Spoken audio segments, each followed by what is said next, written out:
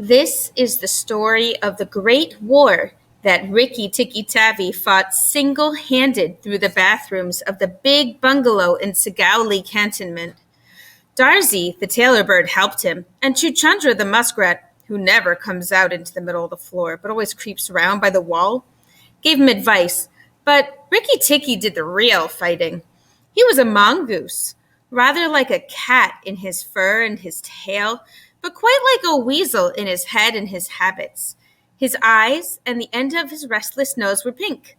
He could scratch himself anywhere he pleased with any leg, front or back, that he chose to use. He could fluff up his tail till it looked like a bottle brush, and his war cry as he scuttled through the long grass was "Rik tick tick tick tick tick." One day, a high summer flood washed him out of the burrow where he lived with his father and mother and carried him, kicking and clucking, down a roadside ditch. He found a little wisp of grass floating there and clung to it till he lost his senses. When he revived, he was lying in the hot sun in the middle of a garden path, very draggled indeed, and a small boy was saying, "Here's a dead mongoose. Let's have a funeral." "No," said his mother. "Let's take him in and dry him. Perhaps he isn't really dead." They took him into the house, and a big man picked him up between his finger and thumb and said he was not dead, but half choked. So they wrapped him in cotton wool and warmed him over a little fire, and he opened his eyes and sneezed.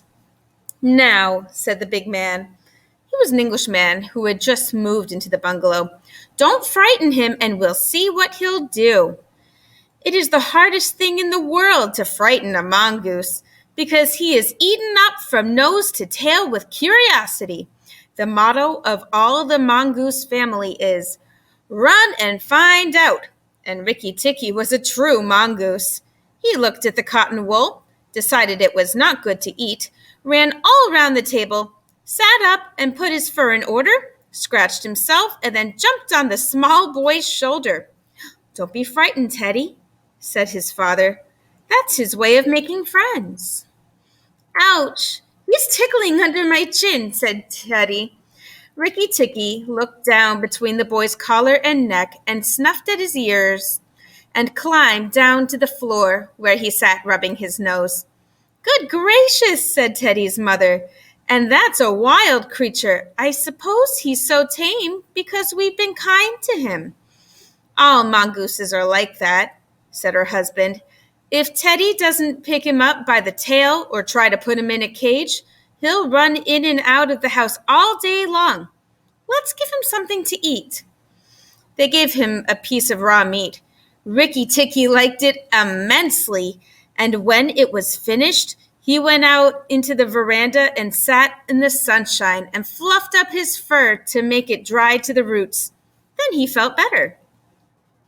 "There are more things to find out in this house," he said to himself, "than all my family could find out in all their lives. I shall certainly stay and find out." He spent all that day roaming over the house. He nearly drowned himself in the bathtubs, put his nose into the ink on the writing table, and burned it on the end of the big man's cigar, for he climbed up in the big man's lap to see how writing was done. At night, he ran into Teddy's nursery to watch how kerosene lamps were lighted. And when Teddy went to bed, Rikki Tikki climbed up too. He was a restless companion because he had to get up and attend to every noise all through the night and find out what made it. Teddy's mother and father came in, the last thing to look at their boy, and Rikki Tikki was awake on the pillow. "I don't like that," said Teddy's mother. "He may bite the child." "He'll do no such thing," said the father. "Teddy's safer with that little beast than if he had a bloodhound to watch him. If a snake came into the nursery now—" But Teddy's mother wouldn't think of anything so awful.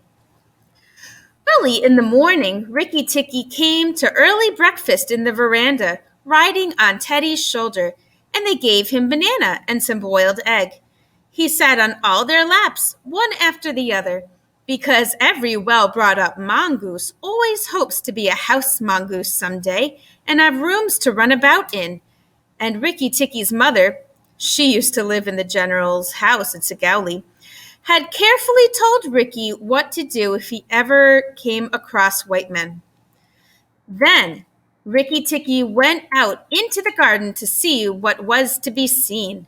It was a large garden, only half cultivated, with bushes as big as summer houses of Marshall Neal roses, lime and orange trees, clumps of bamboo, and thickets of high grass. Rikki Tikki licked his lips. "This is a splendid hunting ground," he said, and his tail grew bottle brushy at the thought of it, and he scuttled up and down the garden, snuffing there and here and there, till he heard very sorrowful voices in the thorn bush. It was Darzy, the tailor bird, and his wife. They had made a beautiful nest by pulling two big leaves together and stitching them up the edges with fibers, and had filled the hollow with cotton and downy fluff.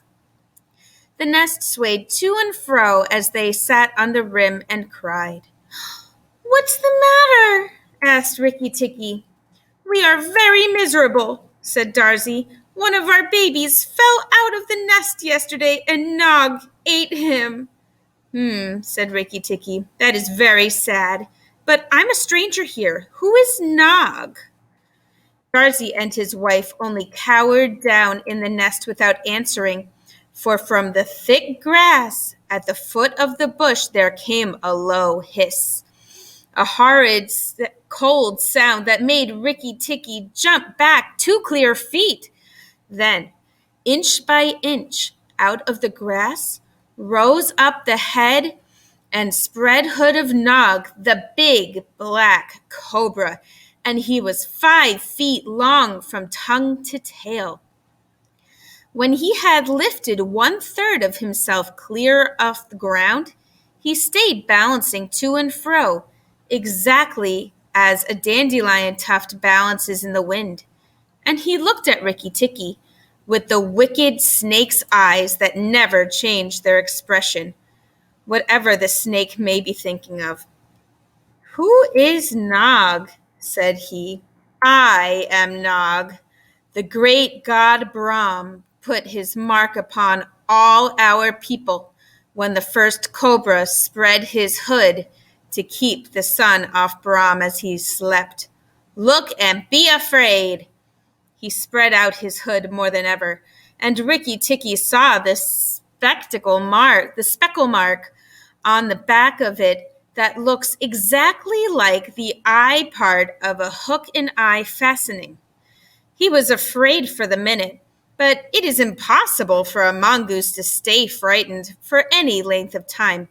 And though Rikki Tikki had never met a live cobra before, his mother had fed him on dead ones, and he knew that all a grown mongoose's business in life was to fight and eat snakes. Nog knew that too, and at the bottom of his cold heart, he was afraid. "Well," said Rikki Tikki, and his tail began to fluff up again, "marks or no marks, do you think it's right for you to eat fledglings out of a nest?" Nog was thinking to himself and watching the least little movement in the grass behind Rikki Tikki. He knew that mongooses in the garden meant death sooner or later for him and his family. But he wanted to get Rikki Tikki off his guard, so he dropped his head a little and put it on one side. "Let us talk," he said. "You eat eggs. Why should I not eat birds?" "Behind you! Look behind you!" sang Darzy. Rikki Tikki knew better than to waste time in staring. He jumped up in the air as high as he could go, and just under him whizzed by the head of Nagaina, Nog's wicked wife.